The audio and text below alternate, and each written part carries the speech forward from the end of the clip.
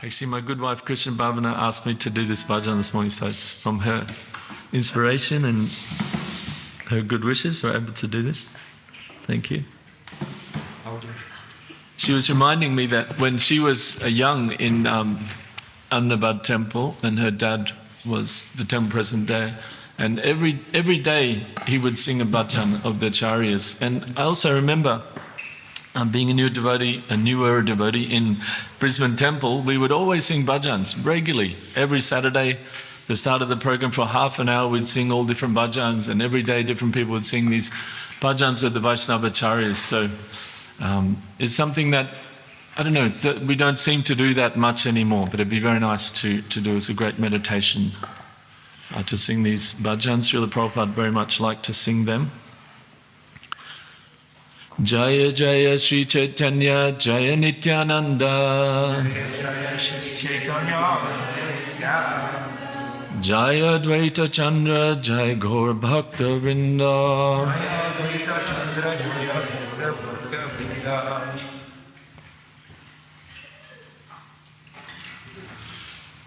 So today we're reading from Sri Caitanya Caritamrita Adi-lila chapter 14, text number 57.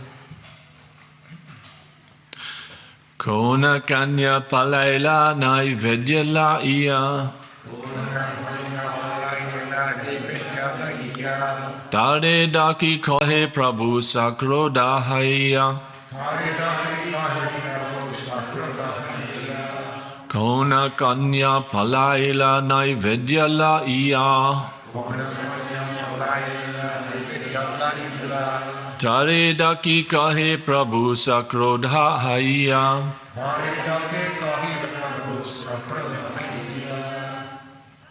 Kona kanya. Some of the girls. Palaila. Fled. Naivedya. The plate of worshipable things. Laiya. Taking away. Tare. Unto them. Daki. Calling. Kahe says, Prabhu, the Lord, Sakroda, angry, Haya, becoming. Translation and purport by His Divine Grace A.C. Bhaktivedanta Swami Prabhupada, Srila Prabhupada Ki Jai. When some of the girls fled, the Lord called them in anger and advised them as follows. Please repeat. When some of the girls fled, the Lord called them in anger and advised them as follows. Text 58.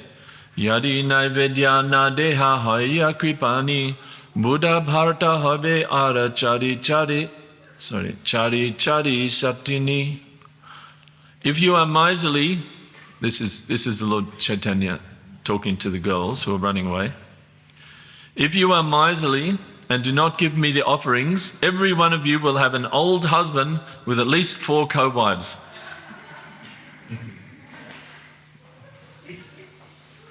Yes, but the girls weren't laughing.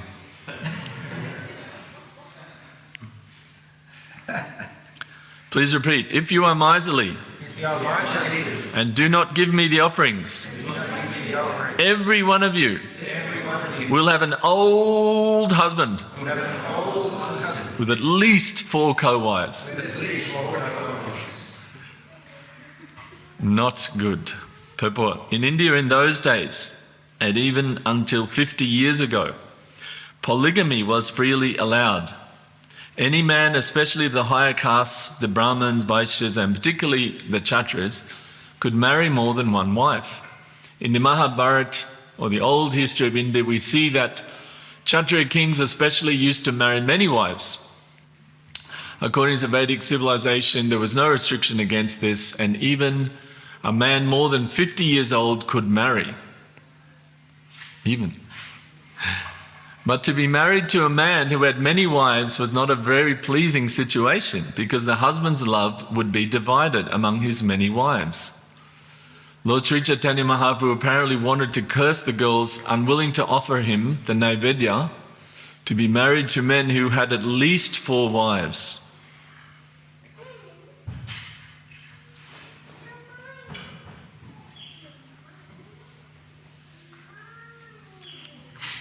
He's saying at least 4, not just 4, at least 4. The social structure allowing a man to marry more than one wife can be supported in this way. Generally, in every society, the female population is greater in number than the male population. Therefore, if it is a principle in the society that all the girls should be married, unless polygamy is allowed, it will not be possible. If all the girls are not married, there is a good chance of adultery. And a society in which adultery is allowed cannot be very peaceful or pure. In our Krishna consciousness society, we have restricted illicit sex life. The practical difficulty is to find a husband for each and every girl.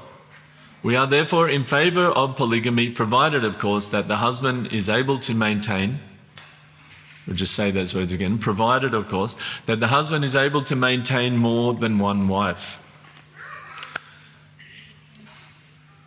Om Ajnana Timirandasya Gananjana Shalakaya Chakshurmilitam Jena Tasmai Shri Gurave Namaha. Nama Om Vishnu Padaya Krishna Prashtaya Bhutale Shrimate Bhakti Vedanta Swaminiti Namine Namaste Saraswati Deve Gauravani Pracharini Nirvishesha Shunyavadi Paschata Deshatarine.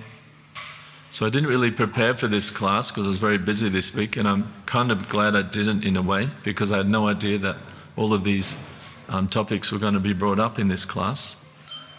But this is probably requires some explanation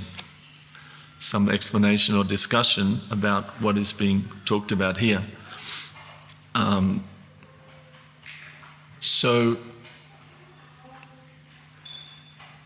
first of all, before we get into all of this, I just want to lay the groundwork for saying what is spiritual personality, okay? Because here we're dealing with Sri Caitanya Mahaprabhu, the Supreme Lord, the incarnation of Krishna is accepted in the Vedas, Krishna Vana Trishar Krishnam Sangopangastra Pashadam. He's predicted in very old scriptures more than 5,000 years ago that this incarnation of Krishna would come in a golden form. The central premise of Bhakti Yoga is quite different to all the other forms of yoga, and is quite different to most or all of the spiritual paths even of the world. And that premise is that there is eternal, unlimited personality and form. Eternal, unlimited personality and eternal and unlimited form. So what does that mean? Well, we can see that this is not easy to fit into the mind. Impossible, actually, right? Who can conceive of an unlimited form? So the general mode of being spiritual or religious for people in this world is to say that the Supreme is something beyond, it's something inconceivable and beyond. Just like in every culture of the world, we have the stories about how the mountains came and everything like that. There's something beyond that we can't understand. In general, people think of spiritual as being something beyond form, and that is sort of conceivable to the mind. I have my friends and my children, I have my wife and husband, and they're limited. But something that's unlimited, there cannot be anything like them. It cannot have personality and form the same. Just like we give the example, say the form of this stove here, the form has a beginning and an end, right? It starts there, it goes for some time, and it ends there.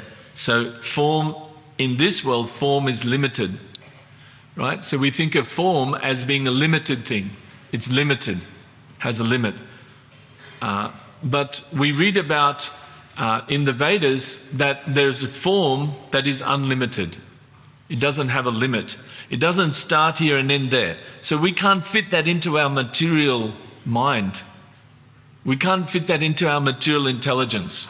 When we think of form, even a great form, like the form of this hill or the form of this whole temple, still it has a beginning and an end. Or the form of New South Wales, it still has a beginning and an end. So in our mind, we can conceive of that as a beginning and an end, and we can sort of step back or look on a map even and say, oh, that's the form, or the form of Australia, or the form of India. But spiritual form is described as it doesn't have any beginning and it doesn't have any end. So just sit with that for a moment. Let your intelligence sit with that. How did you go? Achintya. Inconceivable. How did you go with that, right? How far out do we need to zoom out on Google Maps to get a form that has no limit? Impossible, right? Doesn't matter how much you zoom out to try to understand a form that has no limit. You can't, right? You keep going. Minus, minus, minus, minus. Zoom out. No, it doesn't happen. But this is what's being described here. That there's forms that are beyond material limit, beyond material limitation. Right? So we have to really deeply meditate and think about this when he says, Ishvara Parama Krishna Satchit Ananda Vigraha. When Lord Brahma says that, right? We have to think about what's he talking about. He's talking about a form that is beyond limit. Satchit Ananda, eternal, full of knowledge, full of bliss. There's no limit to that. It's not restricted, right? That form. And the same goes for personality. Personality, we think, okay, something that's a person is very limited, right?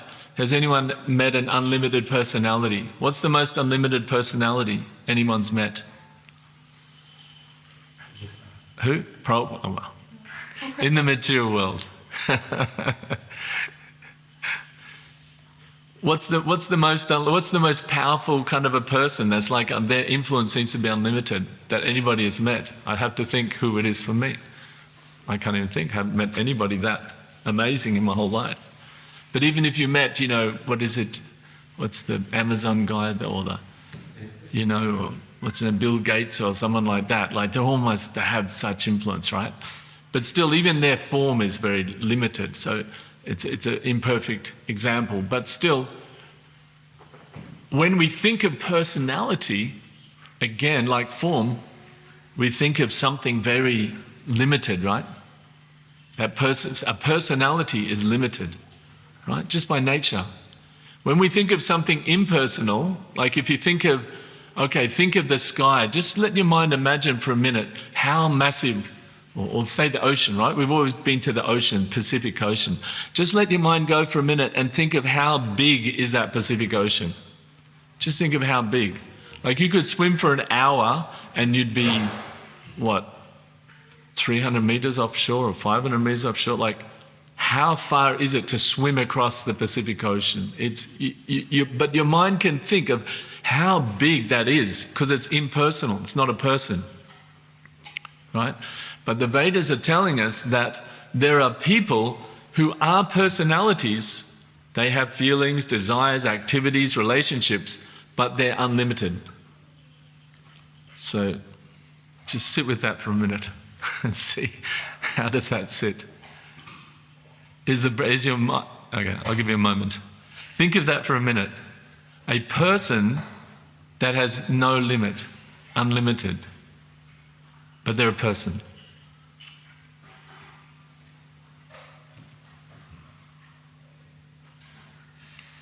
Is it like the going on in the intelligence, right?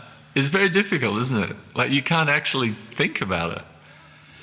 You sort of flicker between a person that you know and like the sky, and it's unlimited, but it's a person, but it's a person, but it's unlimited. It's like, it doesn't work. So this is the first thing to understand, to try to enter into the bhakti scriptures. And if you don't at least theoretically or leave the door open to or understand how we don't understand these unlimited people, unlimited personalities, the Krishna and his associates, Lord Chaitanya, then we can't enter into it at all, right? We see sometimes people say, oh yeah, this is very, they give a very mundane description of Krishna or Lord Chaitanya. And it's like, for a devotee, it's like painful. It's like, oh, it's horrible, isn't it? You're just like, oh. So even we've advanced a little bit, that when we hear people give a very gross material sort of idea of Krishna or Lord Chaitanya, we find it very distasteful, right? But the pure devotees, you just keep going. They're understanding how these personalities, they're not ordinary personalities. This is what we're trying to get to. So as Srila Prabhupada explains in Krishna book, with the pastimes of Krishna and the gopis, that this is just like a person playing with their own shadow. So when Krishna is interacting with the gopis, when Lord Chaitanya is interacting with these young girls, this is like somebody playing with their own shadow. It's their energy, right? You don't think, oh, trying to exploit my own shadow or trying to enjoy my own shadow. You don't think like that, right? It's your own energy, yeah? It's kind of fun, but yeah, I mean, it's a limit to it. But Krishna has, his energies are inconceivable, and all of the gopis, the feminine, these girls, they're all his energy. So understand that this is a very, very different concept to people of this world who it's not their energy and are trying to exploit and control. So that's the first thing. So Lord Chaitanya is here joking with these girls and saying that if you don't give those offerings, and of course he is Lord Vishnu himself, he's asking them to offer those. They were making offerings to Goddess Caitanya or Durga Devi to try to get a nice husband.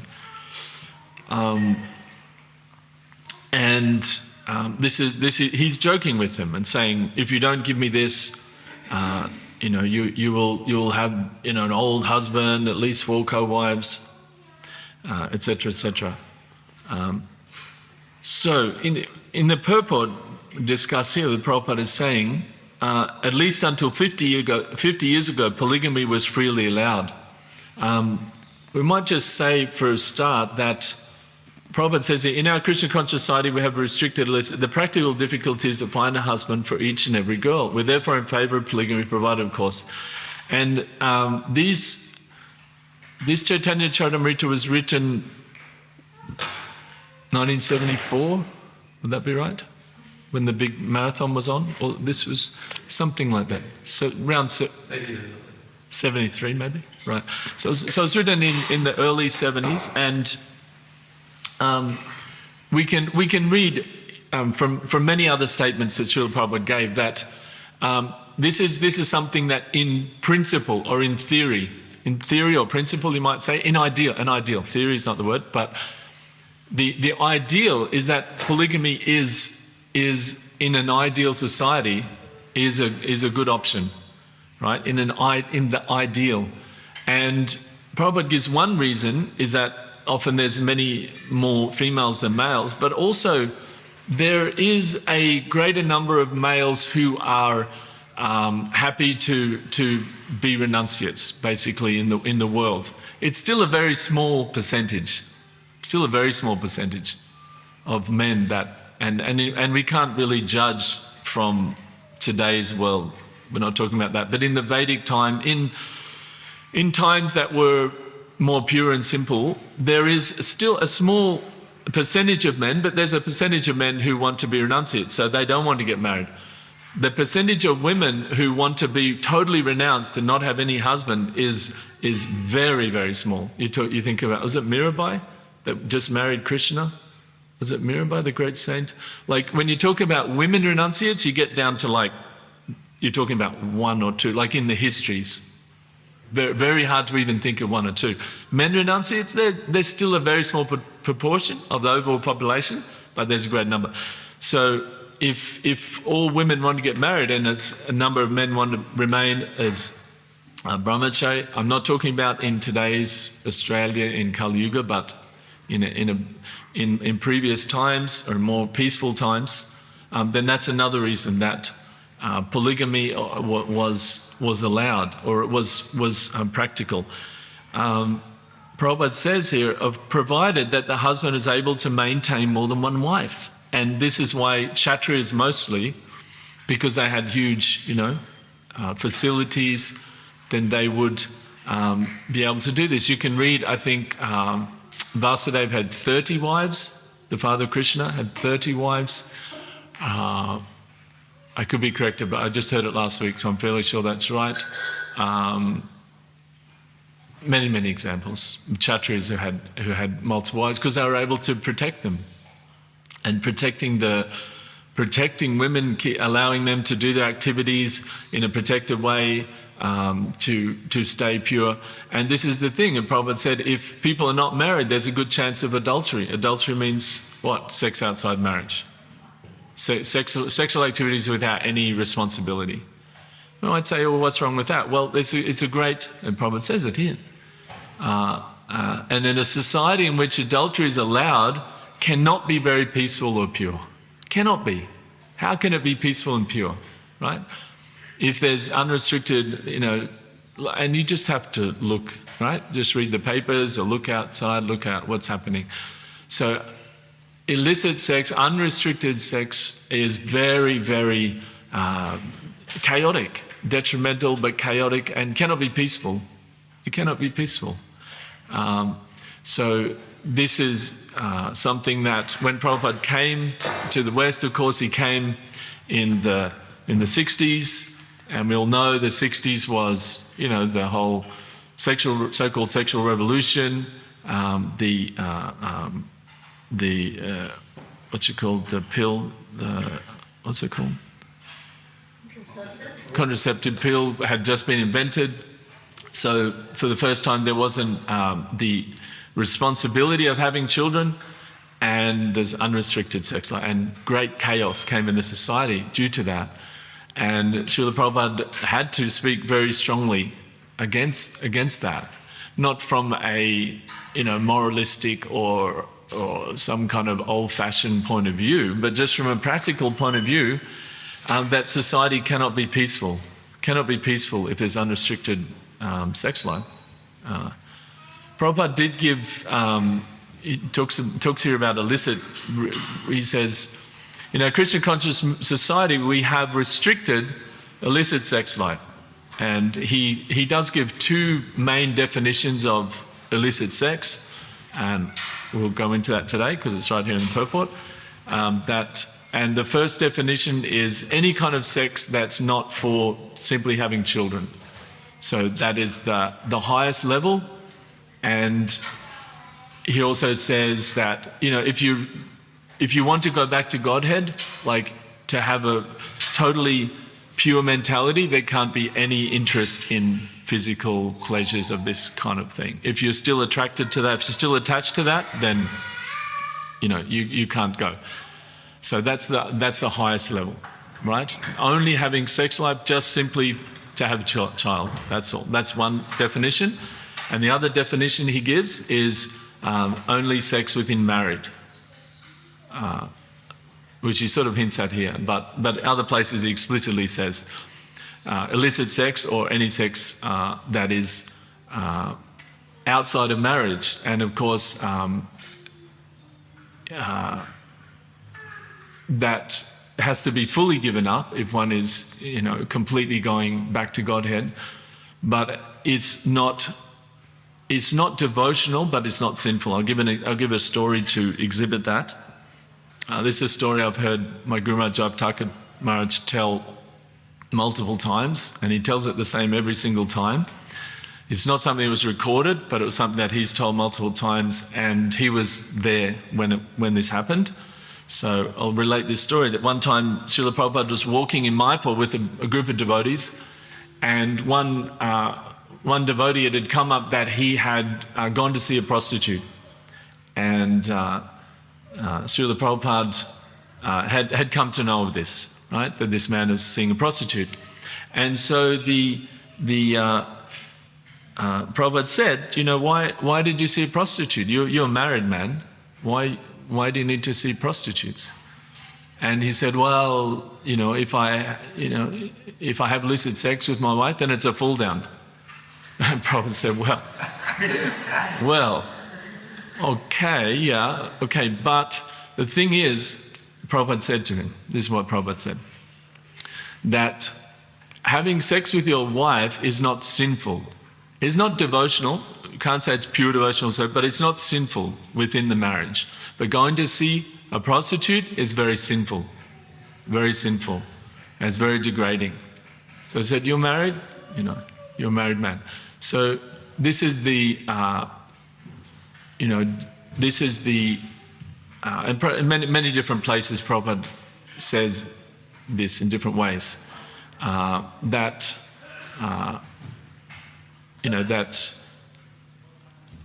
sex within a marriage, it may not be, we can't say it's pure devotional service, but then having that extra gulab jamun, is that pure devotional service either? No. So we can analyze so many things in that way. But it's not sinful. And this is in terms of social organization, this is very important, right?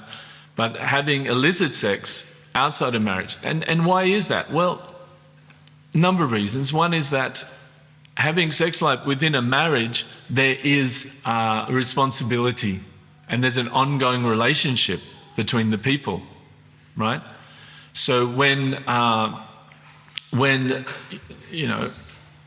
there's intimacy within the marriage, it can actually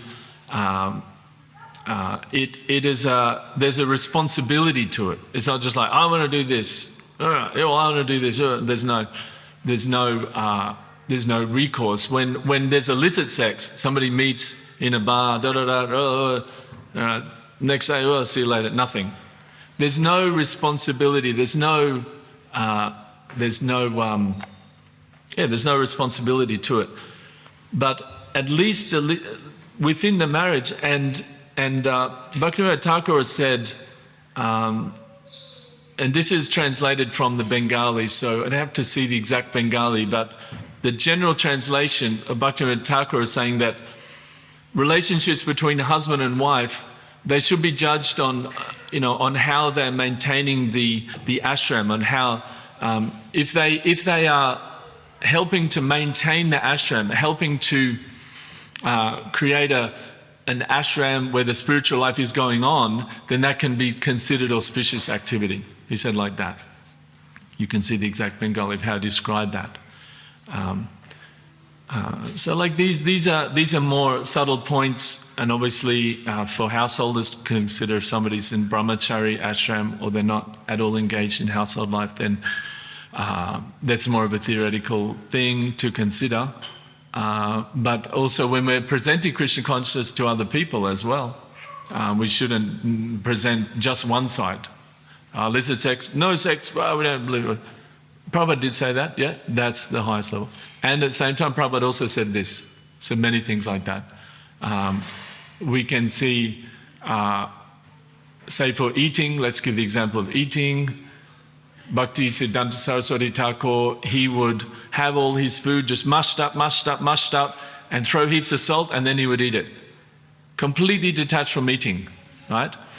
And one time Srila Prabhupada was giving his remnants in Mayapur, and one devotee, one lady, sorry, I'm not allowed to say Mataji anymore, I don't know, but it's a habit. Sorry. One remnants, and giving them out, and then she complained that everyone was jumping her, and Prabhupada said, so just mix the whole thing together. So she mixed it all and then took it out, and nobody was interested. Then she sat and happily ate. You know that story? Yeah, that story. I don't remember her name, but it's in the Remembering Srila Prabhupada. So like that, we can see that the devotees weren't necessarily performing pure devotional service relating to that Mahaprasad, right? It was like, oh, I like this. Then when it's just a big mash, it's like, oh, that's okay. So like that, we can see, if we analyze everything to that detail, we can see, is everything we eat, is that pure devotional service? Are we simply eating to maintain the body, or on what level, and we choose the level we're on. We can see, okay, no, I like to have nice prasadam. Okay, have nice prasadam, then I can do nice service. The important thing is, what service are we doing? How are we chanting? How are we doing our service? How are we trying to associate nicely with devotees? That's the important thing. We don't become Krishna conscious by what we don't do, right? Not this, not this, not this. That's the Mayavad in personal. We become Krishna conscious by what we do. What we, getting a taste for chanting, getting a taste for associating, taste for hearing the pastimes of Sri Caitanya Mahaprabhu and Lord Krishna, all of these things. This is what makes us Krishna conscious, right? Believe it or not. Being conscious of Krishna is what makes us Krishna conscious. So, got laugh in the Pujari as well. So we have to, do these things. We have to look at everything, but we don't become fixated by that. Figure out what level we're on within the guidelines of the acharyas, within the guidelines of our gurus, and go forward like that. So there's some few points about this purport and verse. I'll leave some time for questions if there's any questions. Yes, Ram Prashad. When you were talking about... We'll just get this mic so we can hear.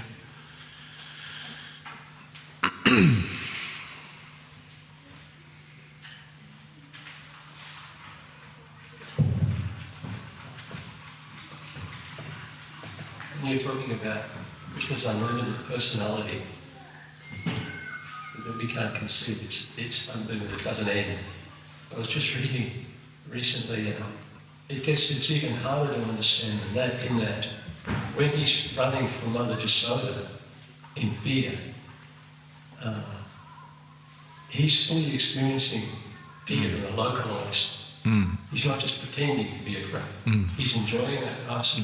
So he can simultaneously manifest all pervading unlimited personality and also those specific, instances of rasas coming up, which makes it even harder to understand. It's like if somebody's, very mundane example, but yeah, thank you for the point, yeah. I thought of a kind of mundane example, like if somebody has a bit of money, then they might be able to, go out to holidays or whatever. When then someone's like super wealthy, then they can pay someone else to do all these things so that they don't even have to think about it, and they can just enjoy the experience. Like kings of old used to, wrestle with wrestlers and people like that, and really get into it. They're right into it, because they have so much opulence that they can actually pay someone just particularly to wrestle with them, something like that. So on a, much more advanced level, Krishna has his energies, and his energies, Yoga Maya, is arranging all of these things that he can actually enjoy those pastimes. Your microphone's off now, I think. Or they're all off? No, that one's off.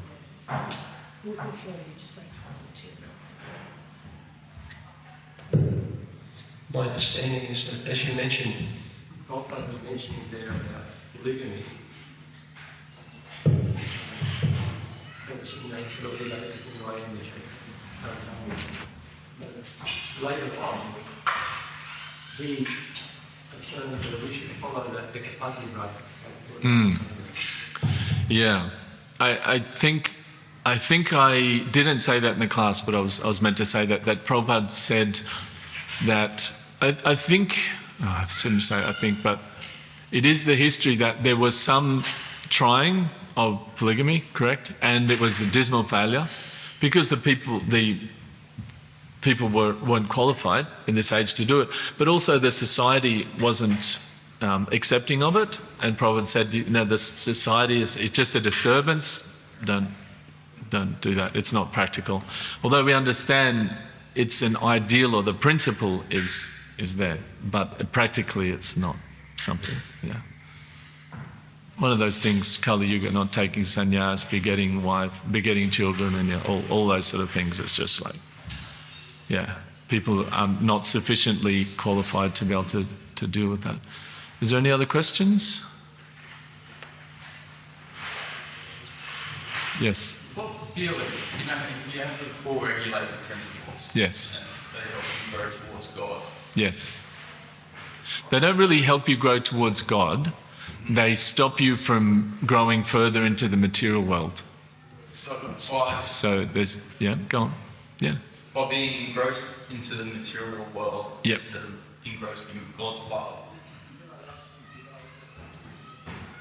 what feeling should one have by being lured into Maya when they have a little bit more clarity and they see God in all his beauty?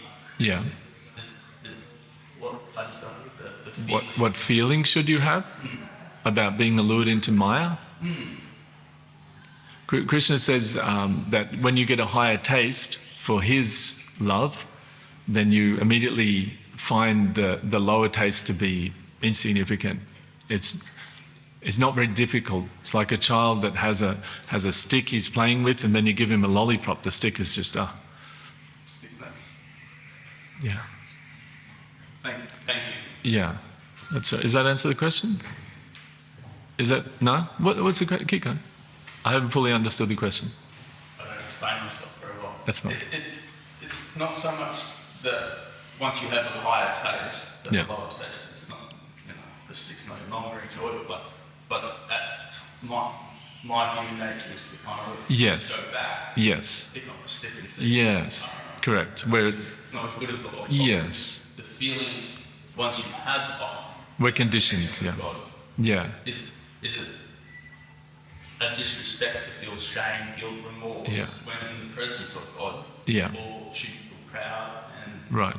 have admiration? About yeah. Get back towards Yeah, it's a really good question. Thank you. It's really the essential question for a practitioner to ask, actually, and it means you're thinking seriously about it.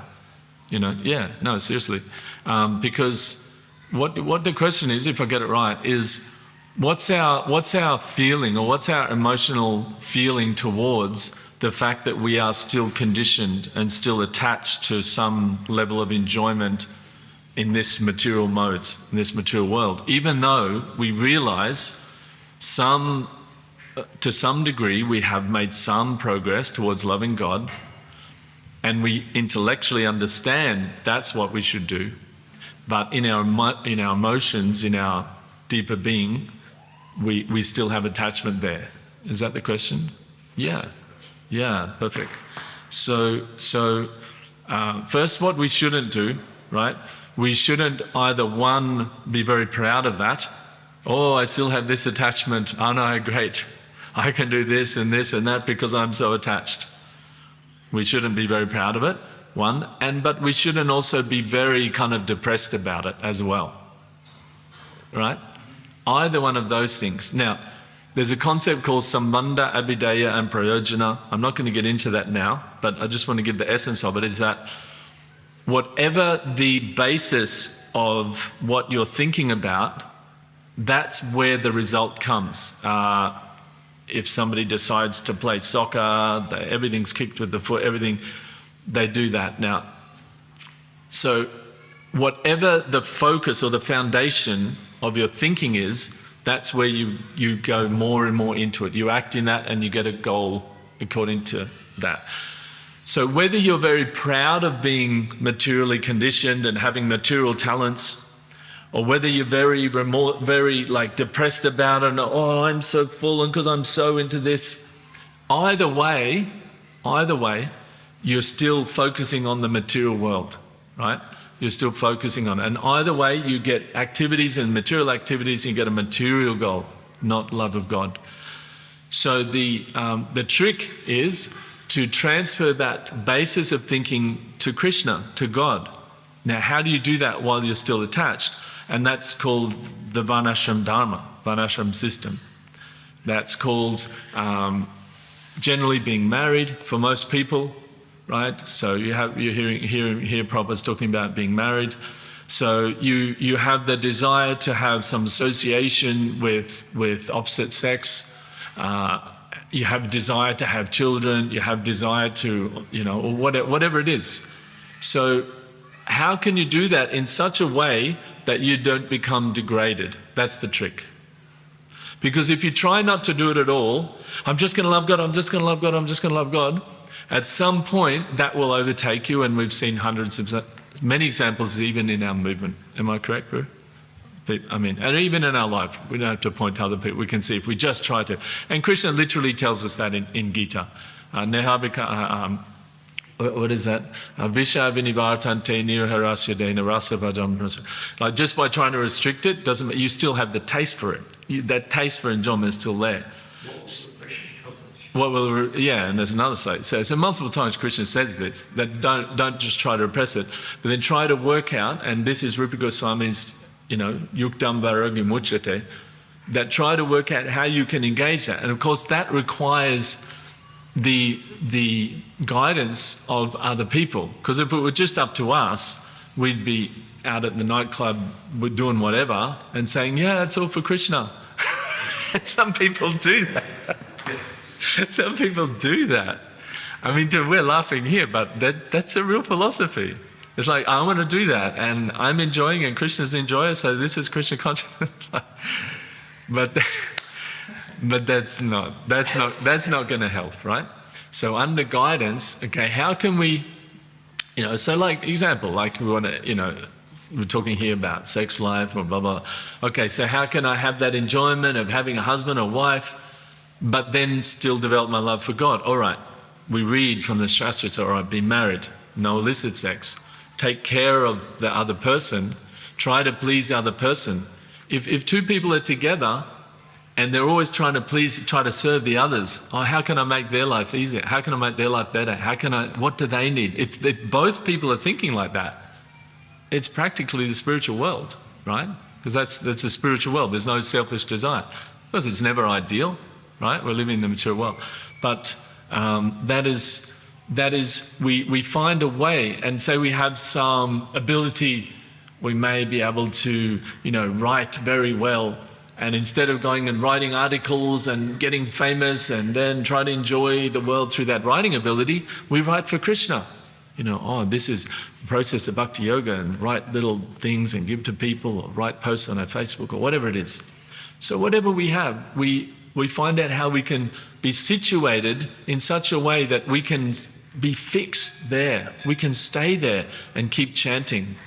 Because to develop a taste for chanting, really loving God, is something that we've been turning away from for thousands of lifetimes, and turning towards the material things for thousands of lives. So it takes some time to break that bad habit.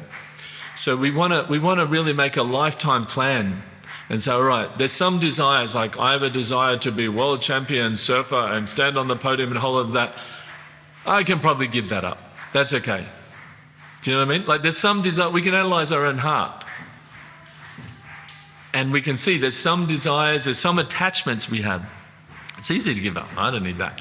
And there's some attachments, we may be brahmachari for many years and we think, oh no, I need to be married. I want to have that feeling. I read about householders and the children and this and that. And we realize I can't just give that up. Okay, I need to take to married life. So there's different desires. We don't try to fulfill our desires. Not possible. But to be peaceful in a situation that we can develop taste for chanting Hare Krishna, right? That's the real thing. And we see that, and Krishna says that in that sloka, right? That I quoted, the first sloka about getting a higher taste. That when there's some taste for doing material activities, like you have the household life, it's going on, this and that. You understand what that taste is, right? That happiness of having a life that's working. You understand that when your life is working more. But then you understand, if you're chanting side by side, you understand that taste of loving God is so superior. So superior, and it's eternal, it's ever increasing, every day it gets more. It's deep in the heart. The taste of material interactions is very much in the mind and the external emotions, but loving God goes deep continually. So if we do those together as we go through life, we start to really develop attachment and love for God, but in a permanent way, because we're not being tossed off by suddenly our mind realizes, no, I've got to go and do this, and blah, now sadhana gets all upset and everything. So like that. We have to, so in answer to the question, we have to have our emotions towards it are very grateful that Krishna has given us a process where we can try to, be peacefully situated in this world, and we just accept it. And that's okay. That's just where I'm at. We don't get too attached to it, and we don't get too averse to it. Oh, I'm so full, and focus on the material things. Just go, you know what? That's where I'm at. That's where I'm at, and I'll take advice from other devotees, other practitioners of bhakti yoga. How can I be peacefully situated so that I can chant nicely? And that's the emotion we should have towards that conditioning. It's just something we have to deal with, Yeah. Okay? Thank you very much. Hare Krishna. Can I just add? Yes, you can just add. Some things are conducive to that. So, Conducive to what? The direct service. Choose to do. Yes. Yeah. Yeah. Yeah. Take with people who are expert in that, and Yeah. put all your energy and time in that.